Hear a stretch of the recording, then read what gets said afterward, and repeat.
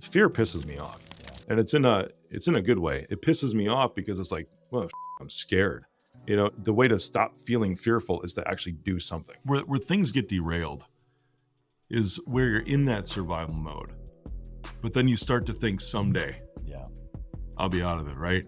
Or someday something will break free. Right. Well, that someday never comes unless there's one day, which is today. You don't want your kids to be suffering from the issues that you actually did with the child within you or neglected that child within you. Right. I'm not a psychologist, dude, but I read a lot of how to read a P&L. This is stupid simple if it's like a rule of thirds. Yeah.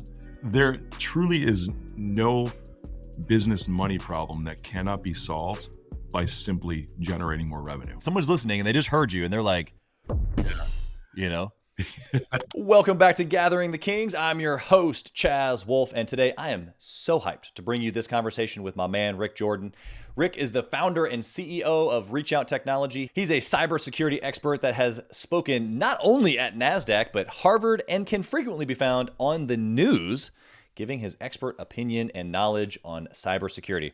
Buckle up in this episode because we go deep really, really fast. We're talking about fear, how to avoid passing on generational trauma to your children, and the rule of thirds in business, which he breaks down so beautifully. Please subscribe and follow Gathering the Kings if you haven't already. Like this episode, drop me a comment. Tell me what resonates with you most.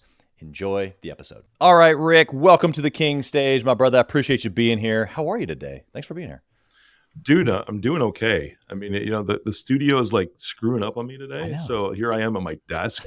I think this might be the second time I've ever done a show from my desk. There you go. But we're still going to bring the energy and still going to have a good time. 100%. You sound great. You look great. You were just telling me that you were doing some transitions there in the office/studio. So this is what entrepreneurship is about, though, right? Like being flexible, making things move. I hope so. Yeah. I was just talking with a family office that I partner with, for the public company. And they're like, well, this is it. They're like, everything's about to break loose and everything. I'm like, I feel it, And he was saying, he's like, this is entrepreneurship. He's telling me this. He's like a 60-year-old dude.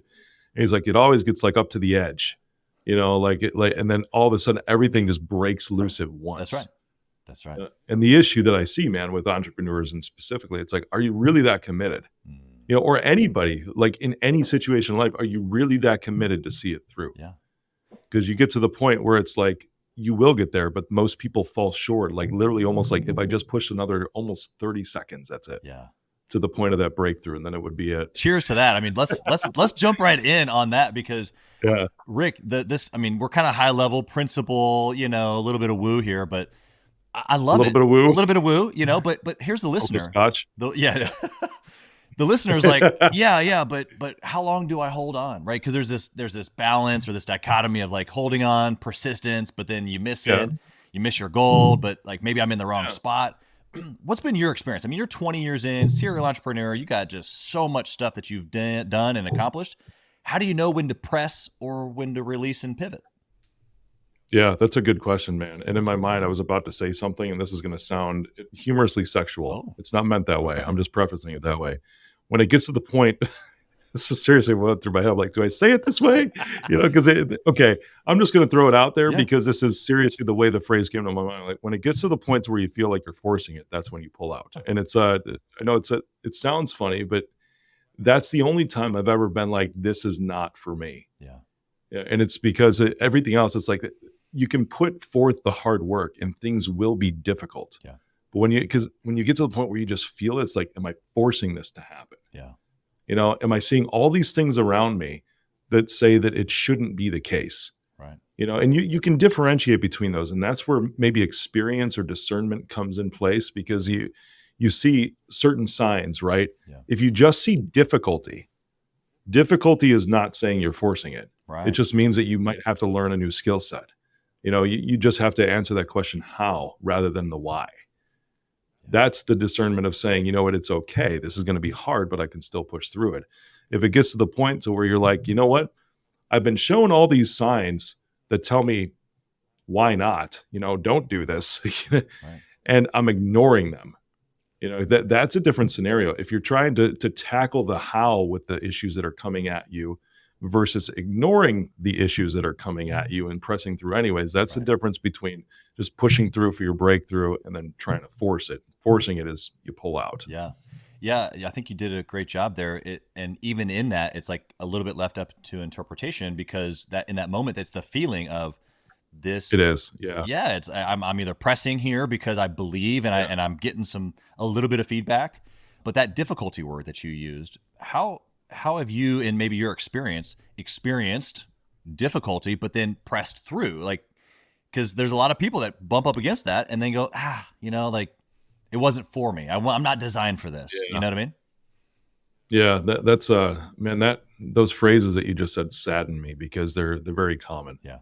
Like, oh, I guess it just wasn't for me. Right. It's like I don't know if that's it. I think you just in that moment chose for it to be not for you. Right. So I've got to go back and hit that, because when you're talking about how do you have that feeling, Right. and you do feel it in your gut. There's a different part of feeling it in your stomach or in your chest. Mm. If I look at it in experience, because if I feel it in my chest, it's almost like constricting, and it's like I'm forcing it. So if you think you're like winning a race or something like that, and this has been proven by science over and over again, it's like your emotions control some of the feelings in your body. Yeah. And I'm not a doctor. I'll just throw it out that way. But if it's like if I feel it in my gut, like the difficulty's there, Yeah. and I'm like, oh man, it's like you can almost like bend over. It's like if I just like keep going, it's almost like if you feel like you're gonna puke and you're in a hardcore workout, Right. which I do work out, but there's been times, dude, to where it's like, man, I feel like I'm gonna puke. I'm pushing too hard today. I'm like, I only got like 3 more sets. I think I can do this. I don't care if I puke. Right. That's pushing through the difficult. It's a different feeling. You don't feel that in your chest, man. You feel it in your stomach, in your gut. Yeah. And that gut feeling is like, I'm gonna keep pressing. Yeah. The practicality of it, the non-woo-woo, when I said it's like figuring out the how, because if you catch yourself in your mind being like, okay, I'm presented with this problem, and a situation that you asked for was actually bringing my company public back in November. No joke, like the deal fell apart 8 times. Wow.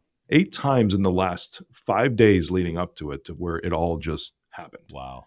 And every single time when there was an impasse, right, in the contracts and the terms, whatever, I'd look at it and it's like, okay, how can we overcome this? Yeah. It's like, what's the solution? And I despise. I was just talking about this a little bit ago. I despise binary options. Yeah. Because if I see two things, I'm like, if that's what I'm being presented with, I don't think we're thinking this through enough. Right. There should be more, because if I see if I like the two options in front of me, maybe I won't press it, but if I don't like either of them, and I'm not asking, how can there be a third? Yeah. I don't like either of these. I still want to get to that endpoint. I don't like either of these. And if this is the impasse, what's that third option and how do I accomplish it? Yeah. Do you think that right there, that skill set that you just described, is that only based experience? Is that like something that you're born with? That kind of fight until you see the breakthrough? Or is that something that's learned? Did you read it in a book? Like how would the listener be able to grab onto that if they don't feel like maybe they have that skill set? Yeah, that's a good question. If I were to examine my life, and that's why I looked up into the right. If you're watching this on video, it's like I just like started digging into my brain there. If I look back through my life, I know there's moments to where I've suppressed that, and I can tell that I suppressed that. I think that every one of us is built with that scenario of being able to push through. However, our life experiences have taught us what self-limiting beliefs are like. Yeah, that's right. So when we experience something, like anybody can go back and say, like, that was a bad point in my life. I don't think anybody that's listening has had a life without struggle, probably varying degrees of struggle. Like I can go back and be like, yeah, my dad died when I was 16, or, I was laid off from my job right when my twins were being born. So it's like there's big moments and milestones in the life, but it's like those two options. It's like, what's my choice? Right. It's like there's almost no choice in that. You're given a non-choice in those scenarios. And that's why it's like, okay, well, if I don't actually have like option A or option B, it's like, what else do I need to do? What do I need to look for? Yeah. It's a curiosity, because it's either like give up in life, period, right. Which some people do, yeah. Which is very sad, or how do I move forward? Because I don't think that being stuck is something that anybody was born with. Is something that's okay. Yeah. Yeah. It becomes just part of the way that they're thinking. You talk a lot about fear just in some of your content that I've followed you on. And what would you say that like this person that is connected to this, like maybe the contentment or the giving up, Is that associated to fear in your opinion? It could be, a lot of that is, and it's based on previous experiences like we were just talking about. And it's interesting you talking because I think I just had some episodes post about this too. Fear pisses me off. Yeah. And it's in a good way. It pisses me off because it's like, well, shit, I'm scared. And a lot of times it's like, if I'm this scared, then I got to get over this, not get over the fear, but the only way to solve fear is action, Yeah. which means, okay, cool. The way to stop feeling fearful is to actually do something. Right. And you might not even know what that something is. You might not even know what step 7 is, but you might know what that first step is, dude. Yeah. And you might not ever know what that second step is until you take the first step. Yeah. So it's like when you're in a fearful state, whatever you can do, you should do. And where do you feel fear? That's a question for you. It's like when I think of fear, it's like what I was talking about. It's like you feel it in your stomach. You feel it in your gut. You don't feel that in your chest. It's like that's the thing. It's like, oh my God. It's like you're bending over, you go into fight or flight. It's like, cool. What happens with fight or flight? Right. Both of those are action statements. Yeah. So it's like, which one are you going to do? Are you going to run away from it or are you going to push through it? Yeah. Give me your thoughts on this, because everything that you just described, Stephen Kotler talks about in The Art of the Impossible, where he breaks. Oh yeah, he was a guest on my show Yeah. for the book with the release. Yeah, exactly. So he breaks down, basically, especially some of those active sports or action sports that he was a journalist on. And you talk to those guys and they have fear too. It's not like those guys don't have fear. They just lean into a lot of it. Yeah. Yeah. But there's other elements that go into things that we fear that we shouldn't fear at all. Like they are fearful to us, but shouldn't be. What are your thoughts on that? Yeah. And how that's different, maybe? I think of reality, like what's actually real in the world versus the reality that we create. Yeah. Yeah. So it's, if something happens one time, it doesn't mean that it's going to happen every time. Right. And I think that's where those patterns kick in. I've done my own studies on this. I've talked about it on the show before. I don't think Stephen Kotler talked about this, but every time it's just like a muscle. Every time I lift, I build. So that's why it's like I like them. By the way, there you go. That's why I've got some decent arms. But it's the same thing with your mind, because as soon as you think a thought the first time or you experience something for the first time, a new neural connection forms. Right. And the more you go back to that same thought, it strengthens, even in the diameter of that new neural connection within your brain, because it continuously stays active. That's right. So if you don't think about it again, or you don't accept it as one thing means everything, then that thing stays completely weak and it gets broken down. It's hard when you get into these things, because if you experience multiple traumatic things, we'll say like within a couple weeks time period, that's very real stuff, because it's very mental, the neurological, and that thing breaks up. It'll take a lot more effort to break it down again. Yeah. So when it comes to thinking that one thing is going to mean everything, that's just not the case. So what's actually real? Mm-hmm. So it gets tough too, man, because if people don't believe the truth when it's like staring them in the face, it's because of that. Yeah. And we can have compassion for those things too, especially for those individuals, because it's like they've experienced some pretty deep shit. Yeah. Likely, But then there was also some choice beyond that to continue reinforcing that on their own. That's right. So let's have compassion for them in those moments. At the same time, it might be somebody you also have to be like, I'm going to help you over here until you want me to be closer and help you from right next to you, to help you break that down and form a new neural connection, a new narrative within your mind. Yeah, I love that we can rewrite the story. This is a great transition. I don't know if it was recently or sometime you posted, I'm going to read your quote here. Fix the broken child in you so you don't break the child that comes from you. Dude, yeah. Dude. And so this piece that you're talking about as far as rewriting, I mean, first off, though, you said I had to address it. I don't want to maybe dwell on it and keep that neural pathway alive, but we have to address it. Talk about this. Yeah, it's intriguing. There's a lot of stuff that we pass down to our kids. I have 3 kids. I have 2 16-year-olds now, a 14-year-old. And I think back to when they were young, and it's like I'm grateful because I dealt with a lot of stuff in my life even before they were young. So I didn't pass on weirdness to them. There's some ways I did, but thank God that we can be self-aware and we can help them get out of that stuff too. Right. But I start to see them as really like your kids are reflections of you. Yeah. And being a dad is one of the greatest things that I've ever had the opportunity to be in my life. I mean, even this last weekend when my kids were all in Les Miserables, which is a hardcore musical, Wow. dude. All 3 of them in lead roles. Wow. And watching them go through that, and I got tears running down my face because it's my favorite musical to begin with, and now they're in it. It's moving anyways, but now it's them. Seriously. It's like my daughter comes up to me and 16 years old and still hugs me after. and like, I don't want it to be done. And she's crying. She's like, who cares about her friends being around, man? Yeah, dad. She doesn't care because she's still expressing love and still showing it's like, Dad, you're my safe place. Yeah. So if you're not that, if you're always in that position of like fight or flight, having that fear that's within inside of you as a parent, your kids are going to sense that, dude. Oh, yeah. And they're always going to be nervous around you because they're never going to know which way you're going to turn, what emotion you're going to express or lash out on because of those issues that you have. So, it's like, you don't want your kids to be suffering from the issues that you actually did with the child within you or neglected that child within you. Right. I'm not a psychologist, dude, but I read a lot of shit. Yeah. Well, and I would put myself. Great phrase. I'm going to put that on there. That's my next quote that I'm putting on, on social. I'm not a psychologist, but I read a lot of shit. Yes. Well, I think that, a lot of us live in that lane where we're just trying to find the next best version of ourselves.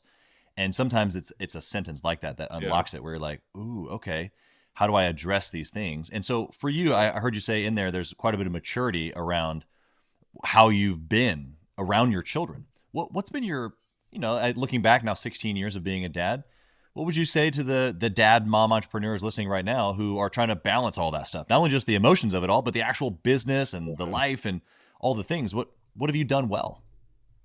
Yeah, that's a good question. It's always the same answer: proximity. And even having twins when I was born, when they were born, yeah, that'd be a trick. Yeah. Even having the twins, it's like if I needed to go buy some deodorant, right, from the local Walgreens or CVS or whatever it is, even when they were 2 months old, I'd grab one of them and just take them with me. Yeah. And they're like, well, what does it matter? They're not going to know. And it's like, I believe the opposite. And even with that, it's like I'm setting up a pattern, a good habit for myself, because that's how I wanted it to always be. Yeah. And no joke, it's like now, any of them, 3 kids, if I just say, yeah, I got to go get some deodorant. Hey, Dad, can I come with you? Like they reciprocate now, no other reason than just to hang out. Just to have that proximity. And some of the best conversations, dude, with my kids have always been in that 5-minute car ride. Totally. Yeah, proximity is the key, dude. That's the number one parenting tip I'll give to anybody. I love it. What do you think has been challenging around proximity or just being a parent in general? Wow. Well, if I talk about the current phase that I'm in, like I was talking about Les Miserables, right, this last weekend, my daughter, I know I'm biased, but at the same time, she's freaking awesome. All of my kids are. I mean, the voice, it's like she can hit for anybody who's a musician, I am, like she can hit an E6. Actually, she can go higher than that. E6 is the note that the chick hits in Phantom of the Opera, which is like next to impossible for a lot of women to hit.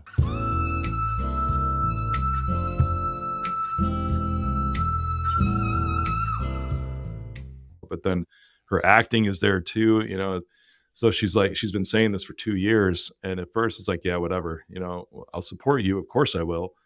However, let's see if this is something you actually want to do, which she says moved to New York when she's 18. Oh. And I'm like, for what? She's like, because I want to go to theater out there. I want to be on Broadway. Yeah. And the whole time I'm like, oh shit, she's got the chops for it too. So I'm like, this is real. Yeah. And that's the difficult part in this stage, because even though I'm not that dad and their mom's not that mom, where it's like we want to keep them in the nest, you know what I mean? Keep them around the house. It might have been strategic for me to buy a company in New Jersey right across the river. That way I can just I'm just going to meet you for lunch, and I'll stop at the office out there too. I'm from Chicago, so it's like, it's an easy flight, no problem. I'll be there every week. I'll take you to lunch, whatever. She's like, Dad. And I'm like, she's like, no, seriously, like come anytime. That's again, the relationship. Yeah. Seeing that now, and it's like, it's getting closer to being even more real, because now it's only like a year and 4 months away. Yeah. From them turning 18. And I still think of them, those moments where I said they were, like this big, like 6 pounds, because they're born 6 pounds and 5 pounds, and like just grabbing them in their carrier and taking them with while I go get deodorants. It's still, I don't reflect back on those moments ever and think, man, I wish we were back at that time. Sure. Or I wish they were still 5 years old, because first, I just think that's stupid. I think that's incredibly selfish, because then it's saying like there was one phase of their lives, or of parenthood for me, that was more fun than the other. Right. It's like, I'm grateful because, dude, I get to do it. I'm the one that gets to be that dad throughout every season of their life. Right. And even past 18. It's not like it ends at 18. And that's what keeps me going these days. Because sometimes it gets a hold of me. I'm like, oh, Lord, it's coming up, right? Where she might want to move to New York, in a year and a half. But then it's like, hey, I get to support her during that time too. Yeah. Like her dreams, like real deal, Yeah, right in front of her, man. Yeah, it's like, I got a big network. Who can I call? Yeah. I'll get you on stage. It's like, let's do this. I will support you. That's cool. There was a banker friend of mine a couple of years ago that turned me on to an app called Parent Queue. And all you got to do is you put your kid's name and their date of birth, and it literally gives you the amount of days left until they turn 18. And you want to talk about a sobering app. That's depressing. Woo! That'll make you be present real quick. No kidding. I mean, right? Because I'm not going to download that. I mean, I appreciate you only got a certain amount of days. Well, we all have a certain amount of days. Yeah. Not going to self-induce some anxiety there. Yeah, 1 year, 4 months. I mean, I don't know, 400 days or so. It's just like when you put that in your mind, you're like, oh, okay, this is really important. Yeah. I should take this moment to have them come to get deodorant with me at the store. Yeah. So I'm gonna switch. I gotta say, dude, I'm not trying to break a train of thought, but this is kind of fun doing it here in my office. Yeah, because it's like, see, usually in the studio, it's like, and I'm always on anyways. It's like, I tell, I've got 78 employees now growing in the business. And I'm like, you're the same. And I'm like, I know. I'm the same on camera as I am off camera. There's not a character, but there's like an environment to where it's like the studio. You see some of my content, and it's like driving, it's like I get to bed. I feel a little more chill. There you go. And you got your scotch. So we're all as well. Hey, Kings and Queens, Chaz Wolf. I want to talk to you about something that's super important to me. We put a lot of time and effort, we meaning myself and my team, into this podcast, into the content that goes out every single day. And if you have been getting any sort of value or insight from this, we want it to be able to reach other business owners too. So we would love if you would like, comment, share, leave a review, post, share again, all of the things on social media, on all the different platforms, or even on the podcast mediums of Apple and Spotify. We would love to be able to get our content into more hands, more entrepreneurs, so they can grow their business as quick as possible. Together, we are building a community of like-minded entrepreneurs who are committed to growing their businesses to new heights. So let's do this. Let's help each other grow. All right, so I'm going to transition gears on you. You've got a little business building rule of thirds that you've used. I want to dig into your mind on this. The financials of a business. Yeah. Specifically for service based. And we got a lot of those companies that listen, but all different other types. So give us what the rule of thirds is, and we'll dig in here. Yeah, it's pretty cool. I love teaching on this stuff because it's when you go through building a business, and I just had this conversation because I acquire companies now. Like that's my big strategy, Sometimes it's difficult for sellers to transition to employees. Yeah. Because it's like they were their own boss for so long. Right. And sometimes in the back of your mind, it's like, and this is why you didn't scale. Right. And I don't mean that condescendingly. It's just sometimes it's like, I wish I could just shake them and be like, wake them up, come on. When they come on board, it's like, why do you do this, Rick? It's like, well, I have principles. Yeah. Let me tell you about one of my principles, which is the rule of thirds. Especially for service-based businesses, as you said, right? Because there's different areas of finances. And this is where I actually get to show my chops, right? Love it. Because my business acumen too. There's top line revenue, of course, but then you have cost of goods or cost of sales. It means the same thing. That is the amount of money that you put into actually delivering your services. Right. So this can be several things. This can be materials. If you have, oddball materials that you need to use to deliver the services. This can be SaaS products, right? Depending on the service that you actually utilize to deliver your service. I think of if it's like a mortgage broker or something like that, because a mortgage broker is a service provider, period. That's all that they are. They're delivering the end product, which is actually a service of being like, I'm consulting you along the way to get you the best mortgage deal. Right. But if they have that loan processing application, that SaaS app, that is a cost of goods sold or a cost of services, because you can't deliver your service without that. Yeah. Or like in a true service-based business, it would also be the cost of labor to deliver that service. Right.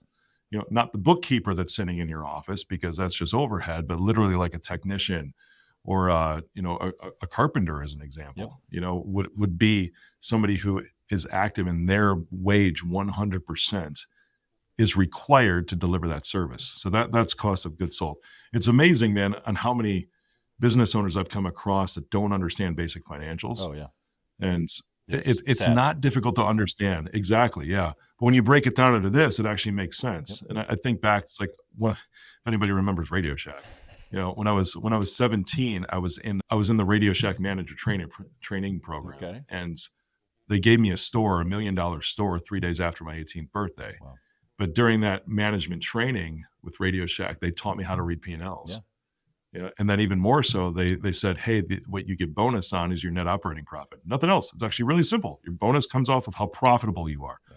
And they're like, you can control 90% of the stuff that's on that P&L. We give you the authority to do so, which means the amount of inventory I kept, the ordering, the labor that I allowed to it, like the percentage of labor in the store. I got to control everything, wow. dude. Made a lot of money when I did that too. But I think back and I'm grateful for that time period. But it wasn't much. It was like a day teaching you how to read a P&L. Right. And they never thought about it this way, but I'm like, this is stupid simple if it's like a rule of thirds. Because after that cost of goods sold, if that's a third, you've got your top line revenue minus a third. Now you have your gross margin. Right. That's what you are making before you have other expenses. Other expenses like, rent, right? Yeah. Office space, or the utilities that go with it, or internet service to provide that. Depending on the, computer, exactly. Yeah, which also can be an asset on a balance sheet, But all of that overhead, if it's a vehicle that you drive, that you lease under your company, that you're not like my BMW doesn't go out to service customers, right. My Aston Martin doesn't go out to service customers. I had an Aston a little bit ago, but that wasn't something that I could classify as cost of goods sold. Right. Marketing, I could. Oh yeah, because I took photos with it, But I'm not driving out and fixing a server, which I've got awesome, smarter people to do that now. Just pulling up on my BMW, it just doesn't happen that way. Yeah. And there's other line items like cell phone expense and all of these other things that go into overhead, or that bookkeeper that I talked about, that person is overhead. Yeah. Because you could actually outsource that if you wanted to. That's another third. So overhead is another third, which is also called SG&A, sales, goods, and administration.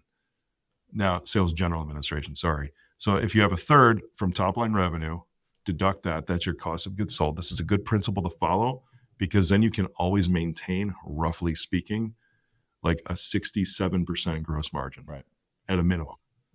I've run companies that have been in the 80s, sure, as a gross margin, but 67% because then you can remove another 33% for your cost or your SG&A, your overhead expenses, and then you're left with your net income, which should be around a third, 33%. Yeah.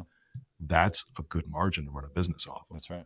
And if you get really good as an owner, you should plug in your salary into the overhead or the cost of goods sold and still be left with that net operating income of around a third, which, around 33%. Then you can actually take half of that. My suggestion, you can do it with whatever you want. You're the owner, right? But you should take half of that and reinvest it back into the business.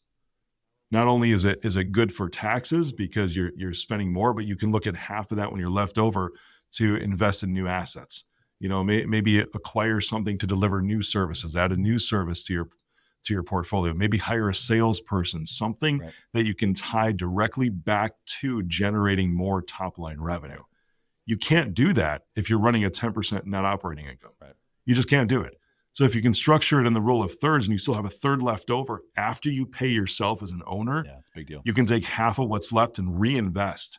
And that's what fuels your growth. I love it. The simplicity of the rule of thirds, I think, is incredible. But as you're basically describing, like, keep these things well organized. And there's a lot of moving pieces in a service base or construction business. But if you can just think of it as Rick was just describing there, your top line, your middle of the sheet, and then your bottom. I mean, that's a really simple way to think about it. What do you think the impact of somebody listening right now? Some lives were just changed, by the way. What's that?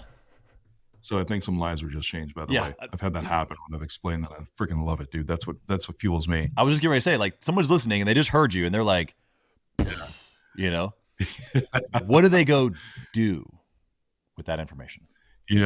Well, first, you hit the point right on the head, man, is that you've got to get this stuff classified right. And if you can't do it, go get somebody to do it. I actually have a chart of accounts, kind of a standard chart of accounts I'd be happy to share with the viewers. I've done this when I've coached people and everything, but it's to the listeners. I don't know. Are we listening too? Or yeah, we both. just, okay, cool. I love it.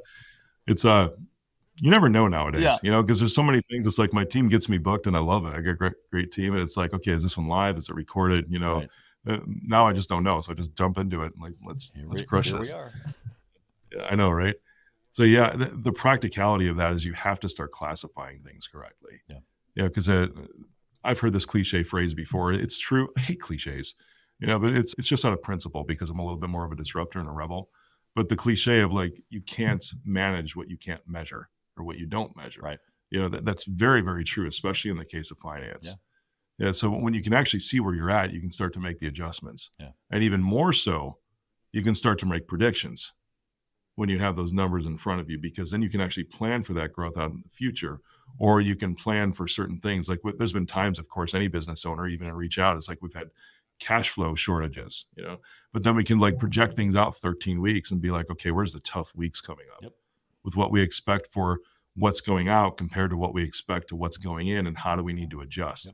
Or you can start looking at 6 months out and be like, okay, I'm actually seeing some more work, which means I need to hire some people now and take that half and reinvest it to train some new people immediately so I can fulfill this new potential revenue 3 months from now. Yeah. If you don't have this down somewhere, there's no way you can analyze it. Yeah, you're so right. I want to press on this a little bit, because this forecasting, specifically around like cash flow and difficult times. Again, going back to this rule of thirds, that works for service-based, really for all companies, but a service provider is listening right now and they've bumped into like, oh, there's not enough money there. Crap. Yeah. Right. And so what you just gave them was thinking ahead in 12, basically, which is a quarter, 12, 13 weeks, or even 6 months.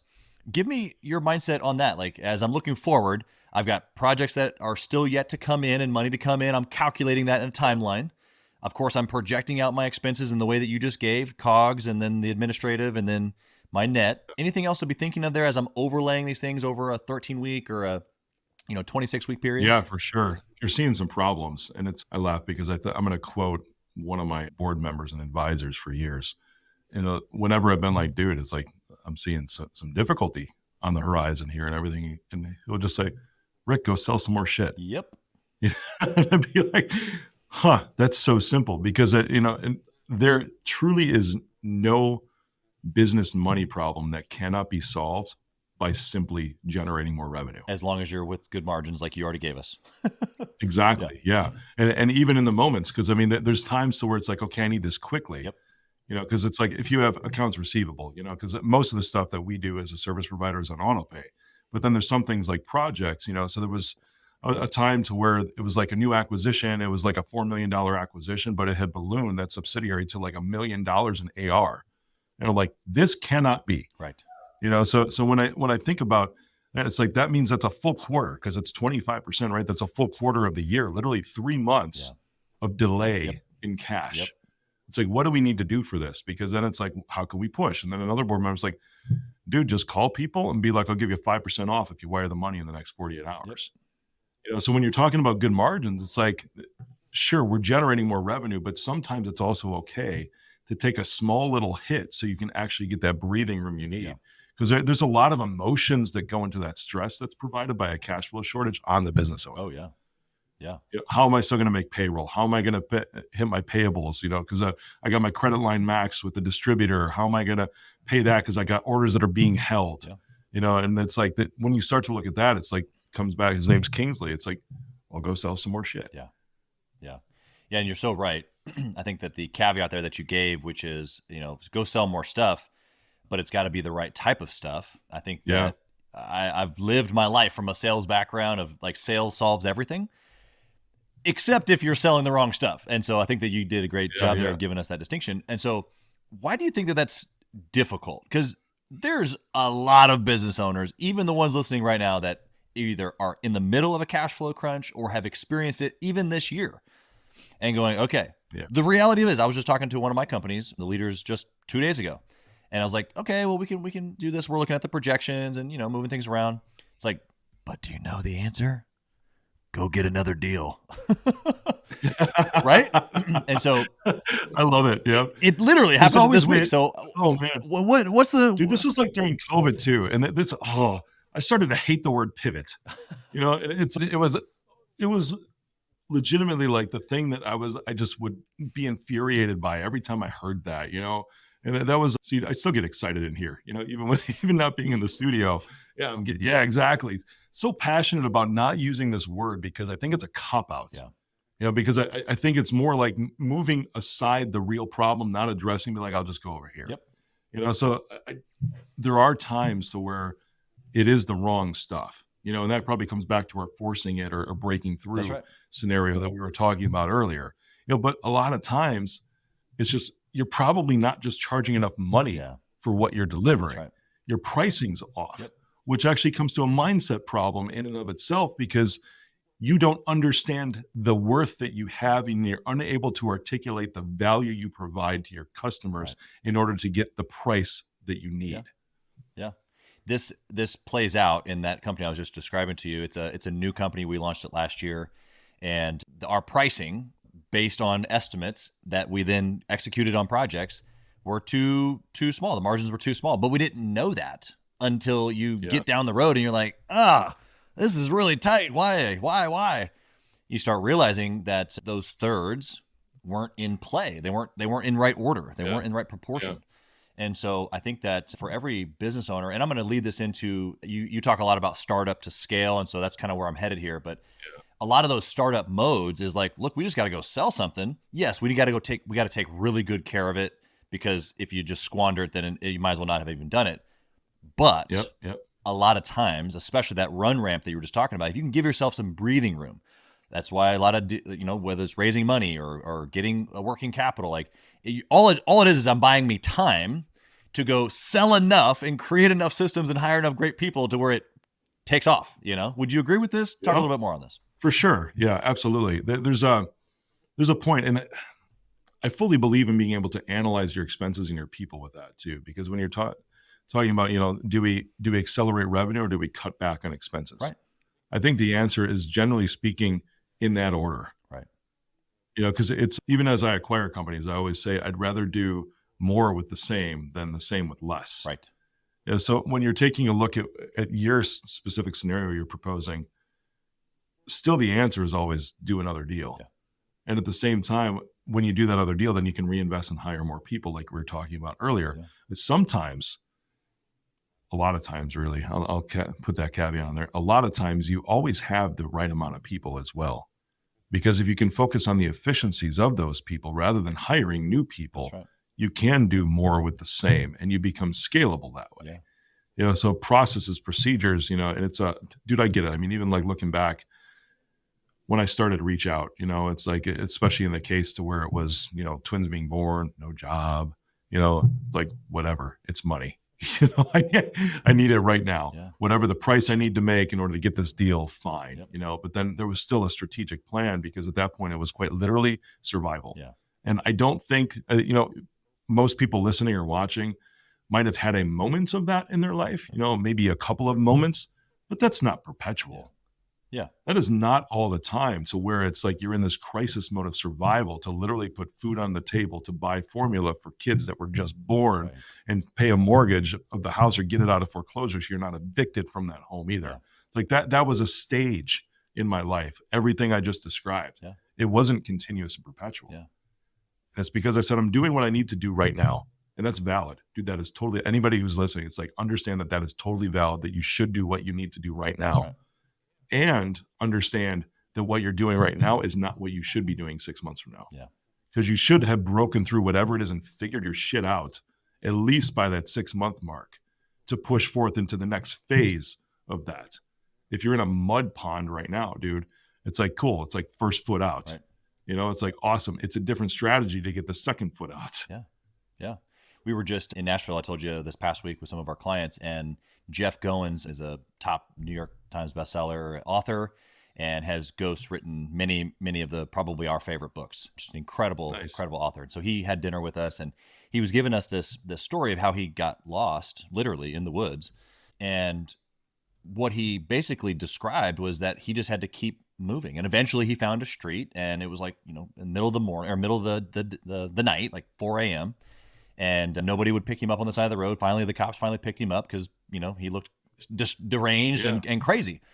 But the piece that Good luck. I know, it's kind of crazy, but the piece there for us as a takeaway was that you have to have hope that I'm going to get out of it, right? Get out of the scenario of survival. But I also have to have a realization that it may not be right now. It may not be today. So like there's this back and forth of hope. Like, I'm going to find a way out. I'm not going to always be in survival mode, because there's people listening right now. They're like, dude, I'm trying to buy formula or whatever it is that you were just describing. Yeah. But then also holding on to, like, it's not going to happen today, but I'm going to put my head down and take 2 steps forward today, and then eventually I'll get out. Can you speak to this as far as your own example? Yeah, that's the difference though, man, because you're still talking about doing something. That's right. You know, because where things get derailed is where you're in that survival mode, but then you start to think someday, I'll be out of it, right? You know, or someday something will break free. Right. Well, that someday never comes unless there's one day, which is today. And then tomorrow it becomes that day when you actually take whatever you can, those 2 steps in that moment to be able to do something. And it may not feel like it is. And usually it doesn't feel like you're out until you've already been out for like 3 months. Yeah. For real. Until you look back and you realize, like, oh, everything's okay. And you know what? It's been okay for a little while because I did all these things. Right. And this is the same with like cash flow stuff too, man, because it's like, if you come up to it right now and you finally think it's like, ooh, this is going to be horrible. Like, I'm facing this dire circumstance today. You know, what can I do? And it's like, the answer when people ask me sometimes, it's like, well, do you have a time machine? That's my question. And they're like, what do you mean? You know, like, because I need to take you back to 6 weeks ago, because you focused on that someday, not the one day. Right. And that's why you're in this predicament right now. That's good. So 6 weeks ago, we would have been tackling like the real problem of how you got into it. But now we have to deal with like 18 more problems because of where you're at now. Yeah. Because it became that someday rather than the one day 6 weeks ago. Yeah. Do you think that that's a delay in that example, or is that a belief issue? Like, why does that someday happen as opposed to thinking, no, I'm just gonna do what I can today, and one day I will get out of this?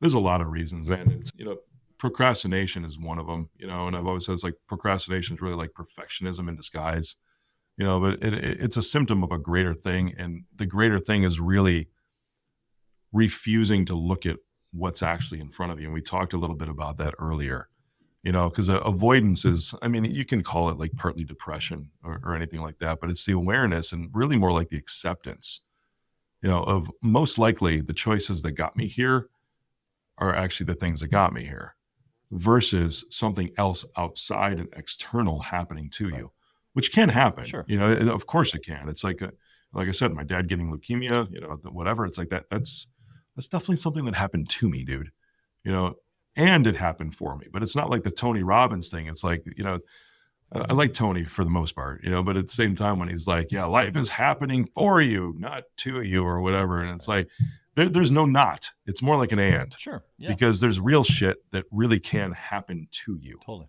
You know, and it can happen for you. Yeah. As long as you're not ignoring it, because it's only going to happen to you, not for you, if you're going to ignore what's actually sitting in front of you. Yeah. You know, and in those moments, it's like start to look around, start to anchor yourself. If you have kids, cool. You were probably placed on this earth specifically for those kids. That's stuff that I believe, right? Those were meant to be your kids. Even if it was like a whoops and it just came along, it's like that's still your kid. Yeah. You know, it's still a purpose that you have right now. The people, if you're in a business that are working for you, like I've got Oscar, my assistant, my PA right there. It's like, I fully believe that there was a reason why we came into contact with each other. He's the one that brought me the scotch. That's the reason today, you know, but there's more reasons than that, you know? So it's like, what can I do for him? It's like, cause there's so many other things. And I try as much as I can to place obstacles and difficulty in front of me, you know, or I would rather say, you know, rephrase that and say, place challenging situations in front of me. Right. Yep. Because it's like, I wonder what's going to happen. You know, if I do something like this, it's like, it's almost like picking up a book to me for real, because it's like, I can read about the knowledge. The other option is to be like, how about I just do something when most people would think would be stupid? And then in that point, I'll be like, no, it wasn't so stupid. Look at how much I learned. Yeah. Look at how much money I made off of this, you know, because it's always like, whatever it is, I know I can handle it. And in those moments where you're like, I'm going to ignore it, take a look back at the things that you've already done. Those are your anchor points, and be like, I've already achieved this stuff. And that once you start seeing those happen, if you're ignoring the part to where it's like, well, it's never happened, right? And it's like, maybe I was forcing this, right? But if you can find the one where it actually did work, it might be unrelated, but it actually did work, then maybe it's just that question of how. Yeah, our minds will fill in the blanks, right? If we find that one example of winning, our minds do a really good job of helping me figure out how to win on the next thing, as long as I can believe that, hey, I've done this before. Why not? Why couldn't I figure this out? It's good. Okay, looking back, I got one last question thanks, here. Oscar. Cheers. Yeah, exactly. There you go. Cheers.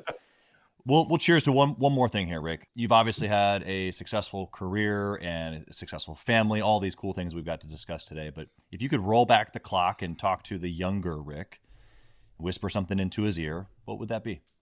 Yeah, don't wait. It's I waited a long time, and I waited to the point to where it's like that non-choice that I was talking about. I'm glad I made the right choice in that non-choice moments.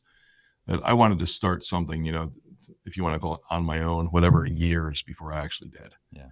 And a lot of it is comfort. And that's why that was a learning period, right? So if I look at, I don't want to say I wasted 6 years, because I got a lot of good